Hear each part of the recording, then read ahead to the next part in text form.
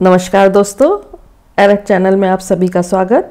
आज की चर्चा का विषय है संविधान संशोधन प्रक्रिया। तो भारत के भाग 20 में 368 अनुच्छेद में संशोधन की प्रक्रिया का उल्लेख है। तो जानते हैं कि किस तरीके से संशोधन किया जाता है, विधेयक का अधिनियम किस तरीके से बनता है। तो जो भारत का संविधान है वह नहीं ज़्यादा लचीला है और नहीं अधिक कठोर है। जैसे ब्रिटेन का जो संविधान है वो अधिक लचीला है और अमेरिका का बहुत ही कठोर है, लेकिन भारत का इन दोनों के मध्य का है। और 1973 में केशवानंद भारती केस में सुप्रीम कोर्ट ने ये फैसला दिया था कि संविधान के जो मूल ढांचा है उसमें परिवर्तन नहीं किया जा सकता। तो आइए देखते हैं संविधान संशोधन प्रक्रिया। तो पहली है संसद के साधारण बहुमत से, दूसरी है संसद के विशेष बहुमत से और तीसरी है विशेष बहुमत के साथ साथ आधे से अधिक राज्यों के विधानमंडल के अनुसमर्थन से।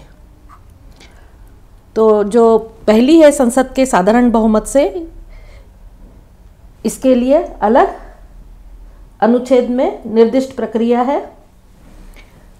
जैसे अनुच्छेद 4(2) है, ये जो ऊपर वर्णित है इनके अनुसार, और भाग 20 अनुच्छेद 368 के अनुसार जो संसद के विशेष बहुमत के द्वारा होती है और जो विशेष बहुमत के साथ साथ आधे से अधिक राज्यों के विधानमंडल के अनुसमर्थन से होती है। यानी भाग 20 के अनुच्छेद 368 के अनुसार दो प्रकार से प्रक्रिया है संविधान संशोधन की, एक संसद के विशेष बहुमत से और दूसरी विशेष बहुमत के साथ साथ आधे से अधिक राज्यों के विधानमंडल के अनुसमर्थन से।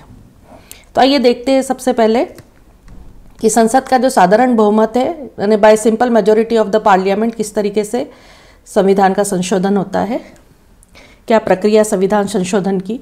तो सबसे पहले जो विधेयक है वह संसद के किसी भी सदन में पेश किया जाता है, चाहे लोकसभा हो या राज्यसभा।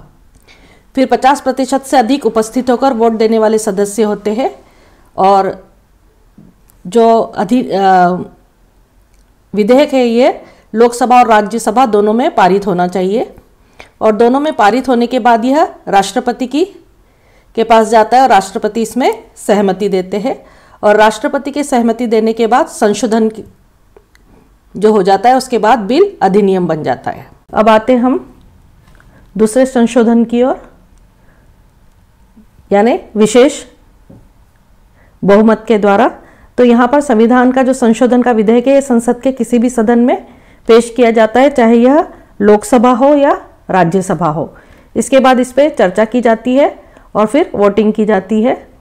यहाँ पर वोटिंग में जो उपस्थित सदस्य है उसमें से 2/3 बहुमत होना चाहिए इसमें, और इसके साथ साथ 50% कुल सदस्य भी होने चाहिए।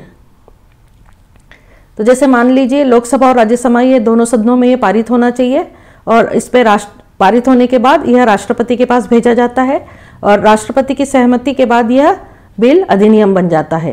राष्ट्रपति इस विधेयक को लौटा नहीं सकता और नहीं अपने पास रख सकता है। फिर आते हैं हम तीसरा जो है विशेष बहुमत के साथ साथ आधे से अधिक राज्यों के विधानमंडल के अनुसमर्थन से, यानी by special majority of parliament and consent of state. तो यह वही प्रक्रिया जो हमने देखी अभी विशिष्ट बहुमत के द्वारा। तो यहाँ पर भी उसी तरीके से संविधान संशोधन का विधेयक संसद के किसी भी सदन में पेश किया जाता है और पेश करने के बाद चर्चा होती है, वोटिंग होती है और फिर लोकसभा और राज्यसभा दोनों में इसे भेजा जाता है, जहाँ पर 50% तो कुल संख्या होनी ही चाहिए और 2/3 बहुमत से भी पास होना चाहिए। और मान लीजिए टाई अप हो जाता है या बराबरी हो जाती है तो पीठासीन अधिकारी इसमें अपना वोट देता है और जब लोकसभा और राज्यसभा दोनों में यह पारित हो जाता है तो फिर इस विधेयक को अलग अलग राज्यों में भेजा जाता है और वहां पर इसकी पुष्टिकरण होती है। जैसे मान लीजिए 50% राज्य के विधानमंडल द्वारा इसकी पुष्टिकरण होना चाहिए। अगर ये पुष्टिकरण नहीं होती है तो ये विधेयक पास नहीं हो, राष्ट्रपति को सौंपा जाएगा और राष्ट्रपति की सहमति के बाद फिर यह बिल अधिनियम बन जाएगा। तो ये थी जानकारी संविधान संशोधन प्रक्रिया से संबंधित। हमारे चैनल को लाइक करें, सब्सक्राइब करें और शेयर करें और अपने कमेंट्स बॉक्स में ज़रूर लिखें। धन्यवाद।